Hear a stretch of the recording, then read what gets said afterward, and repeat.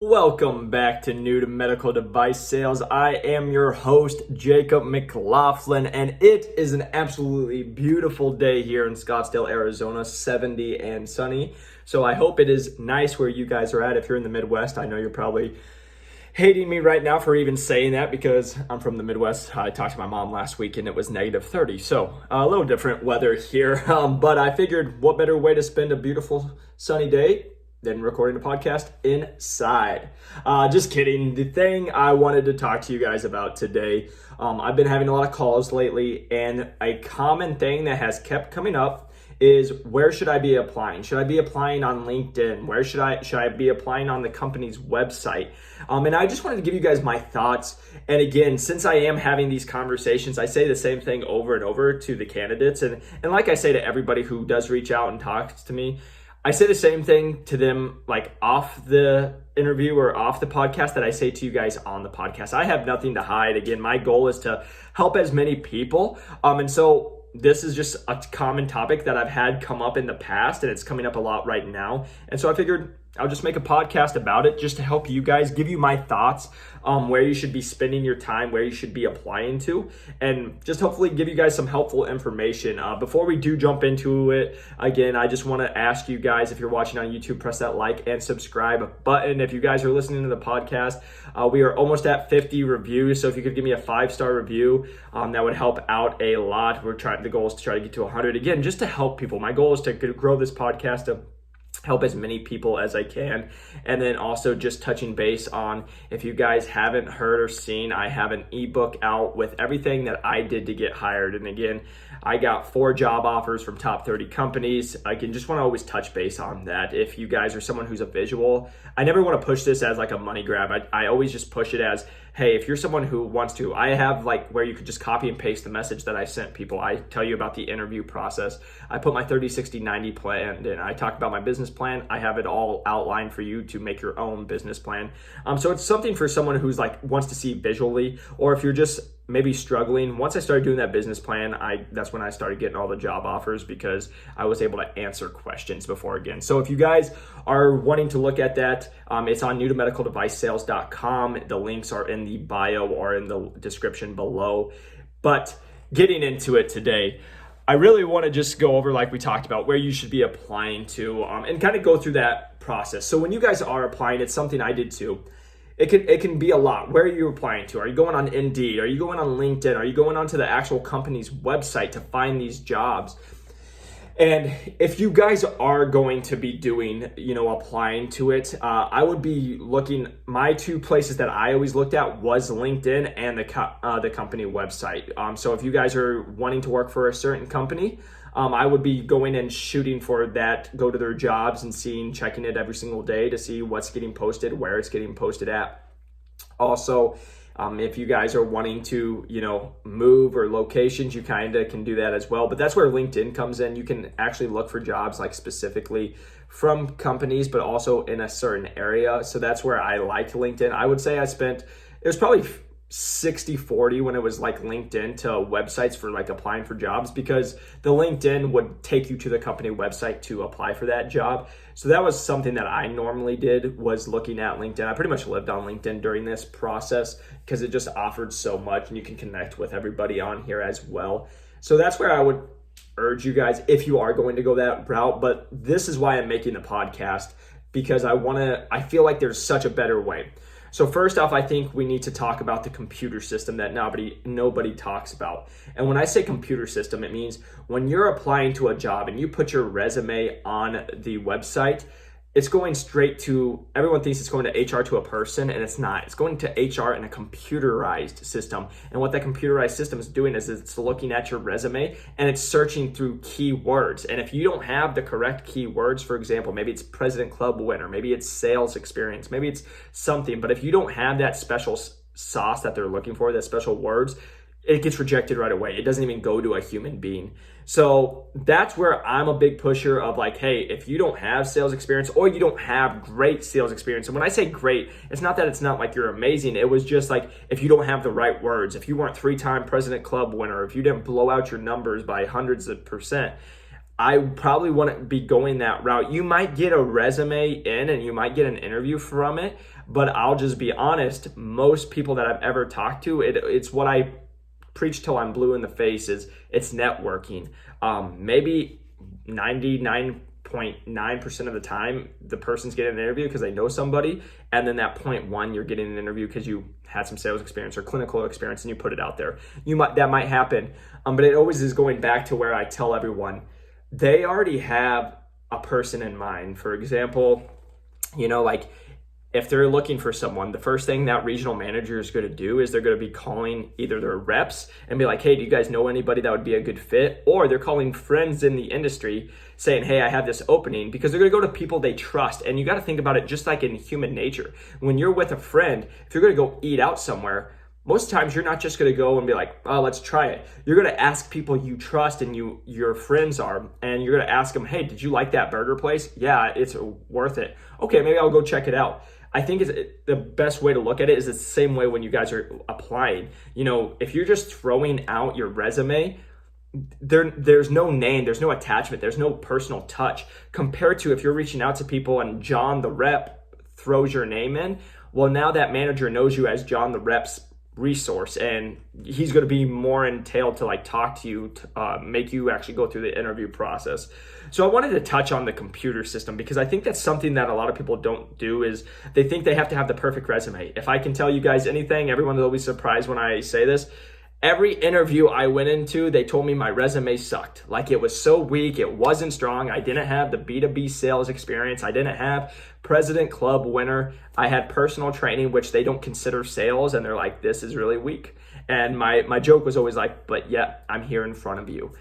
So I found ways to get in front of people without that amazing resume. I tried to make my resume as best as possible, but it wasn't like everyone I'm talking to is they're spending hours and days and sending it to professionals and trying to get it good, which I think that's great, but understand your resume is not what's going to get you hired. Your resume is just going to get your foot in the door, and there's ways around that with having an okay resume, but being able to show that you can do the job, that you have the drive, all that.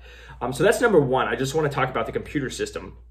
Piggybacking off that, number two is I have a story, and it was a candidate I talked to, and this is to give you guys a feel of what it's like. Is he applied to a job because he already knew a rep that knew the regional manager, and the rep connected him and the regional manager, and just because of HR reasons, they have to put that they have to have you send a resume. But he already knew the regional manager, right? So they started talking, they started doing the interview, but because he still had to send his resume in, he did that. It went through the computer system. This guy actually went throughout the whole process and got the job. But at the end of it, he got an email. Even though he was the one who got the job, signed off that he committed to the job, he still got an email from the company he just applied to saying that, sorry, the position has been filled. We went with another candidate, even though he was the candidate.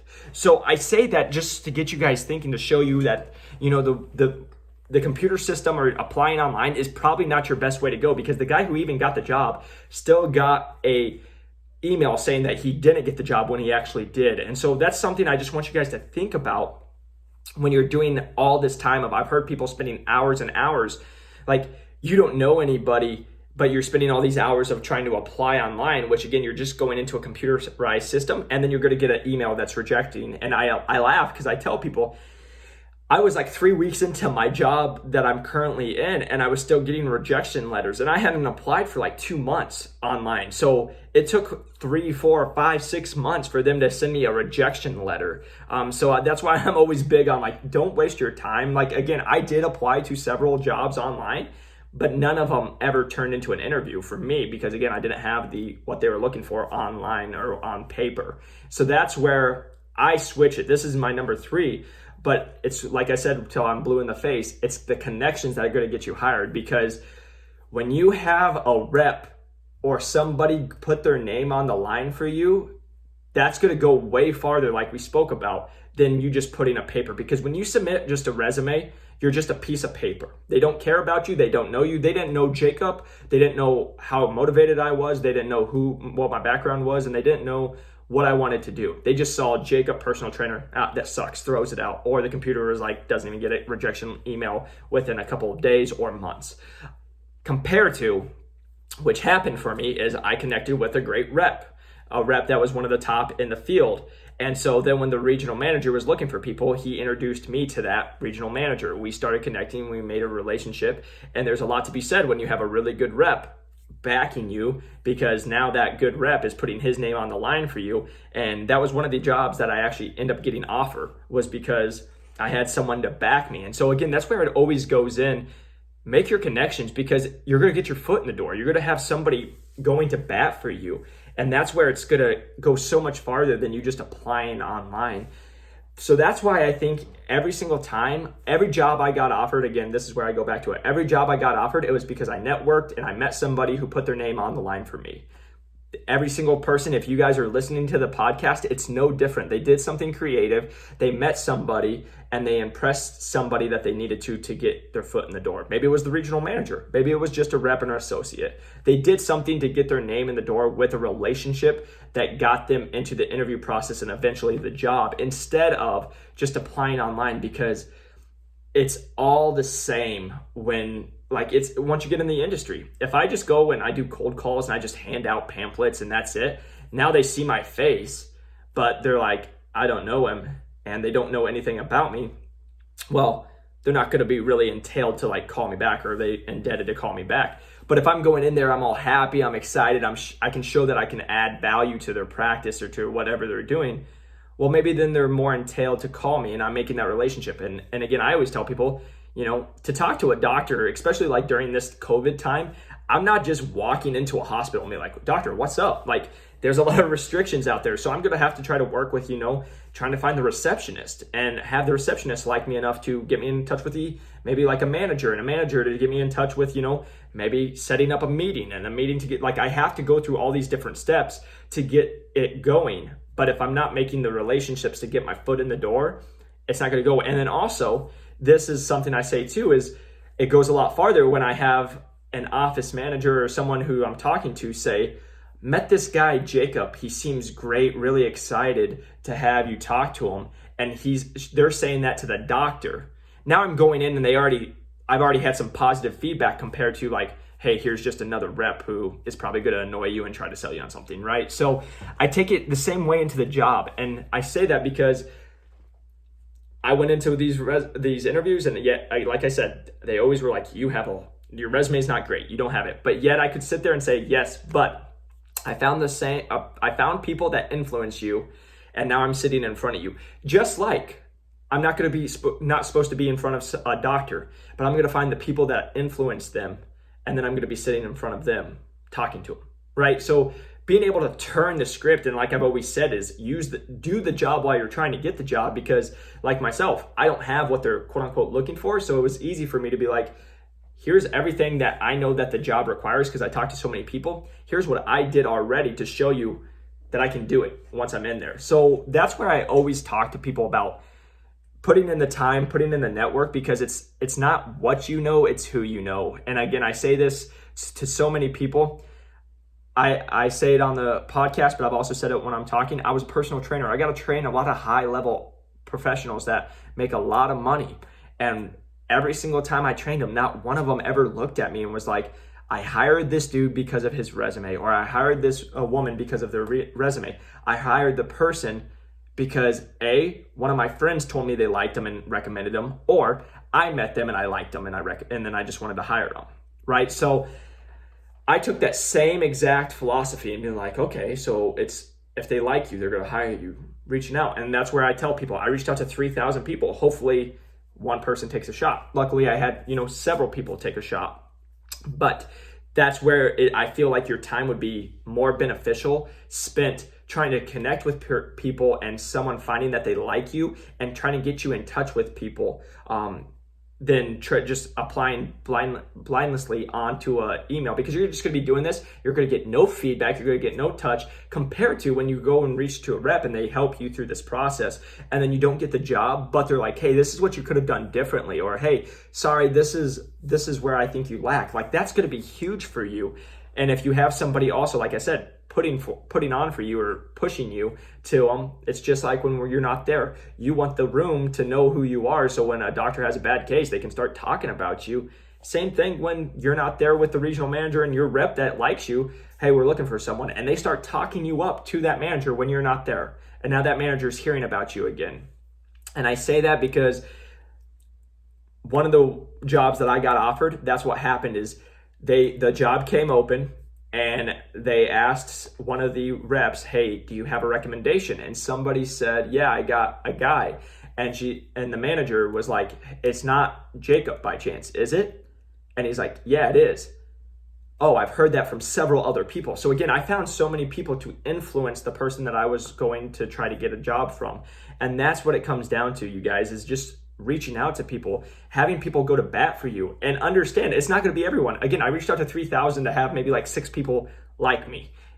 You're reaching out. It's a numbers game. And again, sometimes they don't like that when you say it's a numbers game. But when you have no sales experience, you're going to just have to work harder. Like if you're not coming from like the ADP, Cintas, Paychex, all that stuff that's President Club winner, like I knew going into this, I'm going to work 10 times harder than anybody else to get my foot in the door because I don't have what they're looking for, but proving that it's still possible. So again, I think it's more valuable for you guys to spend your time networking, reaching out, LinkedIn, reach out. And when I say reach out, I mean like don't send 3 messages, send 100 messages. Because if you send 100 messages and 14 respond, and out of those 14 you talk to, one of them gets on a call with you, maybe that one person is the person you're trying to get, like that might put you out to a job interview, So a way to think of it. And then what I've said on here a lot of times that goes with this is being the player on the bench. I've had this talk, several people putting out their resumes, like finding a job, right? Understand, I would say the majority of the time when you guys are reaching out to these jobs that you see that are posted, they're already filled. Because I know from experience, I got a call about jobs weeks before they were ever posted. And then it's like, hey, we just have to put it up because of, HR.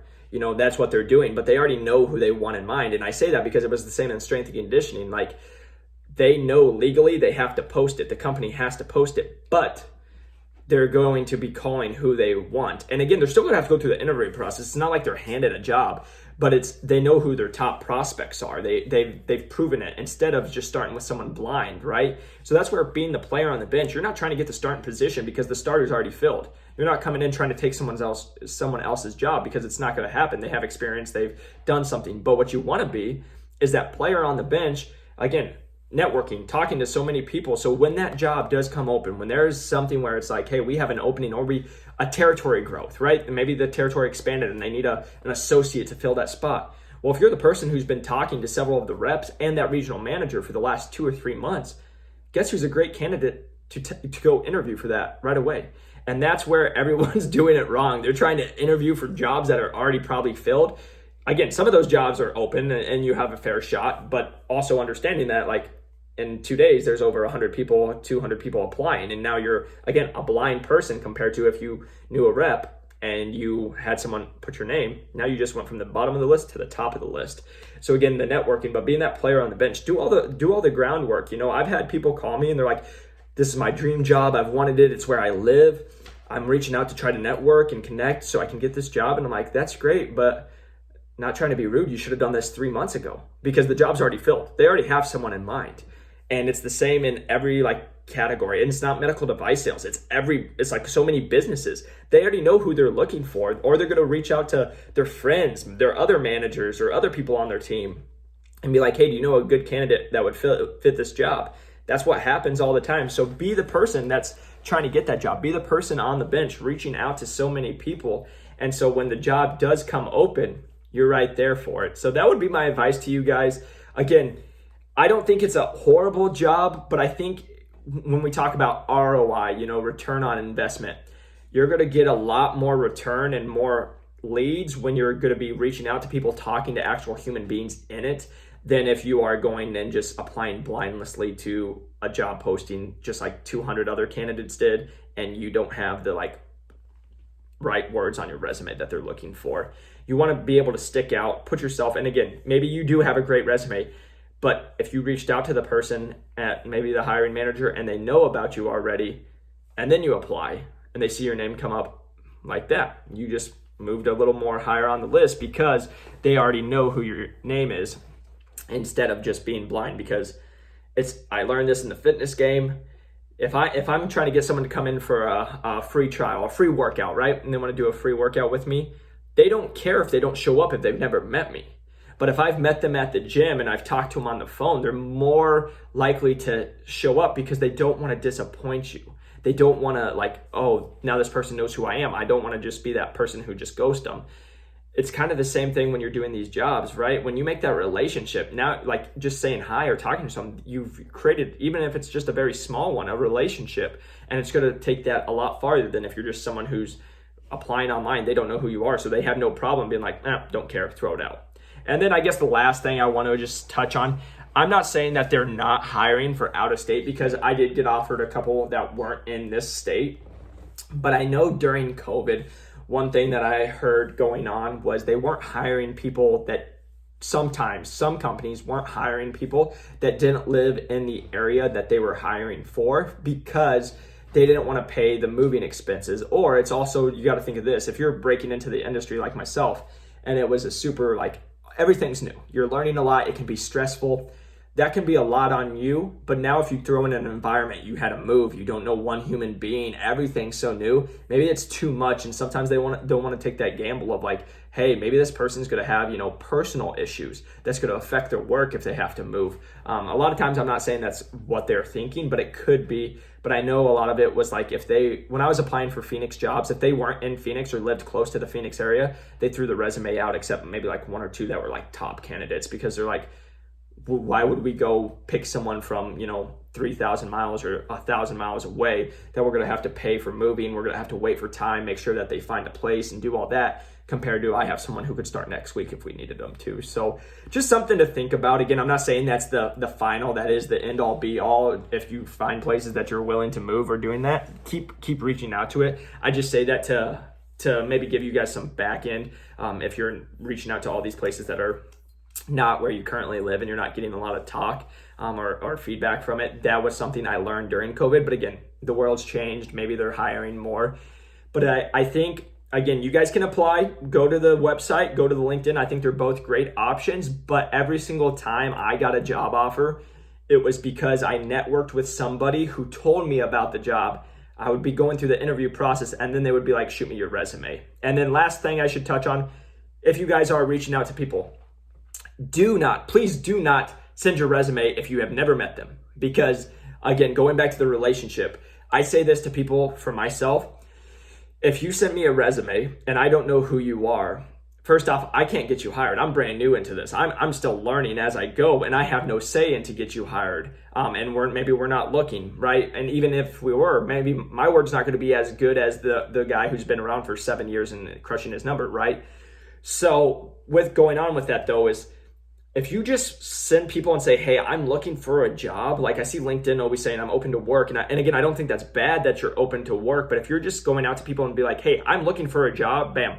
First off, so is everybody else. Welcome to the club. Second off, you guys you're asking and you haven't given any value. It goes back to the Gary Vee has a thing where it's jab, jab, jab, right hook. And what he means is give value, then ask. It's the same thing in here. If you're just coming in and I don't know who you are and you're giving me your resume and asking for a job, why in the world would I go out and put my name on the line to put you up for a position? Because I don't know if you're an amazing person or if you're just a person who's going to ghost someone or be trash. And now guess what? My reputation and my word gets ruined because you just wanted me to ask. So again, that's not me trying to be a jerk. It's just for me to maybe help somebody.